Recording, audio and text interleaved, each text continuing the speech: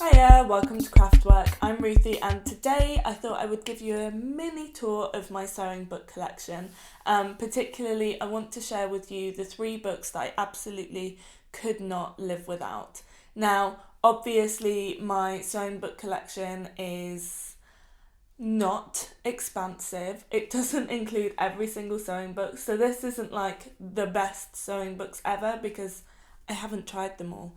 And obviously there are loads that I would want to buy and that I love. You can check out my Pinterest boards if you're interested in what sewing books I'm coveting at the moment. But yeah, these are the 3 that I have in my collection that I absolutely could not live without. So firstly, this is the book that started it all off for me. So this is DIY Couture by Rosie Martin. If you've seen my first dress video, then you will know that I started very much on YouTube watching Annika Victoria with Wendy, etc.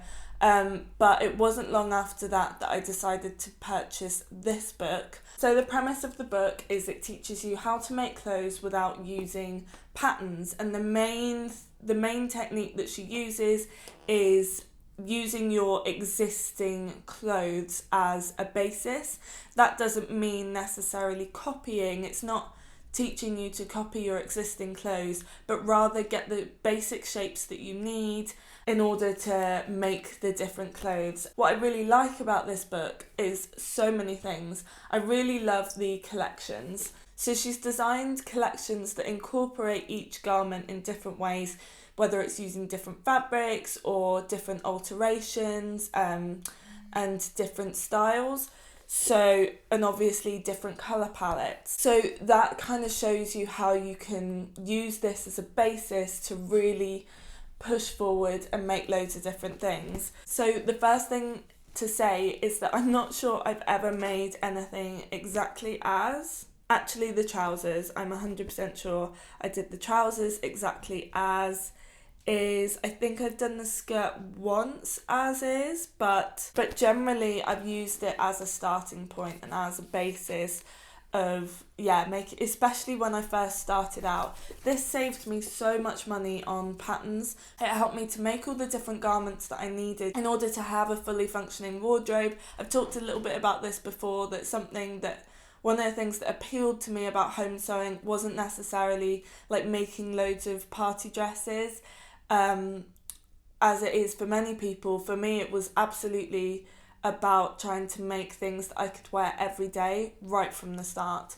And this absolutely has that within it. It has the possibility to make clothes that you can do in your own style. And I think that's the other thing, is it kind of opened up the idea of taking a pattern or taking a way of making something and being able to completely make it my own style through various different techniques and obviously the different use of fabrics. It's really well written. The instructions are so clear. The images are brilliant. There's both photos and illustrated images. And like I say, my favourite thing is the fact that it has all these different collections, so it really shows you how you can make each piece your own. And yeah, it teaches you how to make clothes without having to use a pattern, which is also great if you are a little bit impatient like me. So being able to use a high-waisted pair of jeans to make a skirt or a pair of trousers or whatever was, especially when I first started, that was super useful. So yeah, if you are just starting out with your sewing, then I really recommend this book, especially if you want to save a little bit of money on patterns, or you particularly want to start trying to think about how to make your own things without using a pattern, and maybe to experiment, to practice working with different fabrics, to start working out how to make things your own. I mean, there's all sorts of things and really well written instructions on so many techniques, including inserting elastic, zips, all sorts. So yeah, highly recommend this for beginners, and it was so important to my sewing journey. So thank you to Rosie Martin for writing such a brilliant book. I always recommend it to friends if they are starting to sew. I recommend this, and then I might recommend a few different pattern companies like Tilly and the Buttons or Sew Over It or Coco Wawa to start off with, learning how to sew. But this is always top of my list for new sewers to learn. So because I loved that book so much, it was a bit of a no-brainer for my partner to buy me this when it came out, which is her second book called No Patterns Needed. And similarly to the last one, you don't need patterns for this book, but in a different way, rather than using your existing clothes, it's all about using shapes, which I absolutely love. And I haven't made a huge amount from this book, but I have used the ideas from it so much, and I really enjoyed reading this. Okay, next is a book I have talked about a little bit before, and this feels like it is in a similar vein to the last book, but it's almost like a step up, so for like more intermediate sewers or advanced beginner sewers. This is a brilliant book. As I say, I have talked about it a lot, so I'll try and sort of talk about different things within this. But some of you may not have seen me talk about it, so might as well. So this is Freehand Fashion by Chinello Bali, and you might recognise her from the second series, I think it was, of the Great British Sewing Bee. And for me, she was a really interesting contestant on the show because her experience and the way that she had learned to sew was not from using patterns, and that's where she tended to get a little bit more unstuck. But instead, she used a freehand technique where she would draw measurements straight onto the fabric and just not even making a pattern out of paper first, which to me, and I'm sure many other people, seems slightly crazy, although that's what you do with the Rosie Martin DIY Couture book as well, but rather than using measurements, it's using a bunch of different techniques. So it feels like it goes in a nice progression, I guess, towards this. The idea is just using your measurements to create these garments, and it has a bunch of amazing, really beautiful garments in here. I've only made one thing so far, which is this velvet wrap dress, but I have used the techniques to create a jersey block as well, which went really well. So it starts out, after all the introductions, it has some techniques as well. Just general sewing techniques.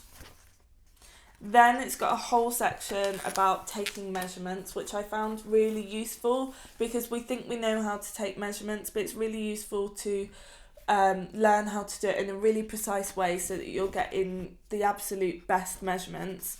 And there's a lot of measurements to take. So she goes through all of that, and what I did was I went through it all, and I've got now a piece of paper where I've written all my measurements down. Well, it's a page in my notebook where I've written all my measurements down that I need.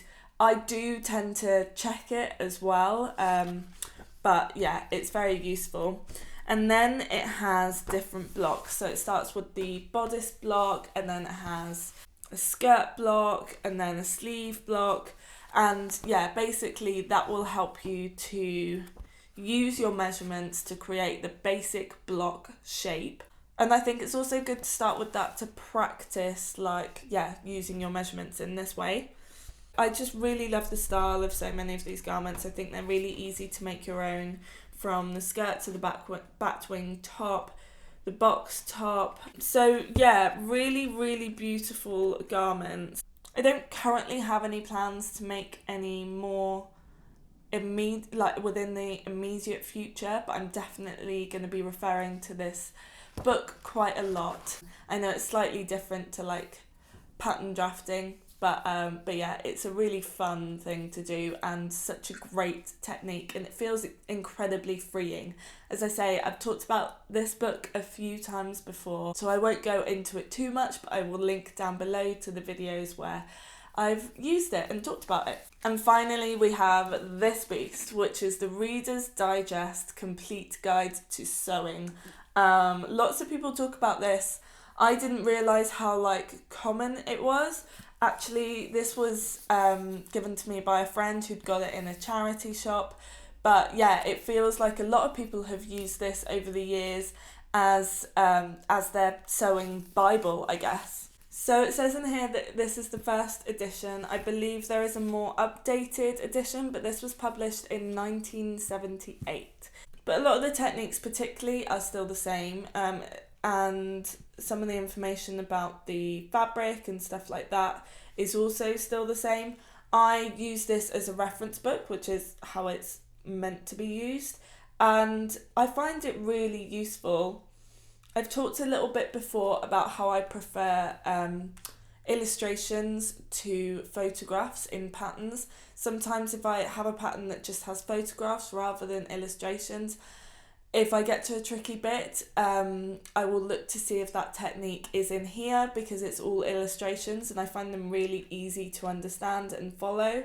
But yeah, nearly every technique you can think of is in this book, and yeah, I refer to it so much. So thank you to my friend Lisa for passing this on to me, along with a bunch of other vintage sewing books that are very aesthetically pleasing, but none as useful as this. It is amazing. Now, I know there's some other great books that will also link down below that I am looking into getting myself anyway. I think it's partly because this was published in 1978, so machines have changed, techniques have changed, obviously fashion has changed. So it would be really cool to have a more updated version. Basically, if you see this in a charity shop, don't pass it by, do get it. You will use it a lot more than you think you will. I reckon. More often than I thought I would, I find myself referring to this or having a little nosy through to see if I can find something. And it is just generally really useful to have around. So even if it's not this book, even if you get a more updated version, I highly recommend having some sort of sewing Bible. Yes, YouTube works quite well for that, but sometimes it's nice to just have that reference and to know that it's come from a trusted source as well. So yeah, those are my three most used sewing books, I reckon. I do have a few others, a few I've barely touched, and I have a few on my wish list, definitely. I don't have any of the Tilly and the Buttons books, and I know people have said they're amazing. I tend to shy away from books that come with patterns quite a lot, because the ones that I've had I haven't really used, and I tend to like books for, techniques and stuff like that. I hope you found this useful. I would love to hear about your favourite sewing books and your sewing book collection, whether you like sewing books, whether you choose the ones that have patterns with them. I would love to hear it, because as I say, I'm always on the lookout for things. I tend to buy my sewing books in charity shops, or I pop them on a Christmas or birthday wish list. If you haven't already subscribed, please do so, and you can follow me on Instagram and Facebook as well. I hope you have a great week, and I will see you again next Sunday. Thanks for watching. Bye.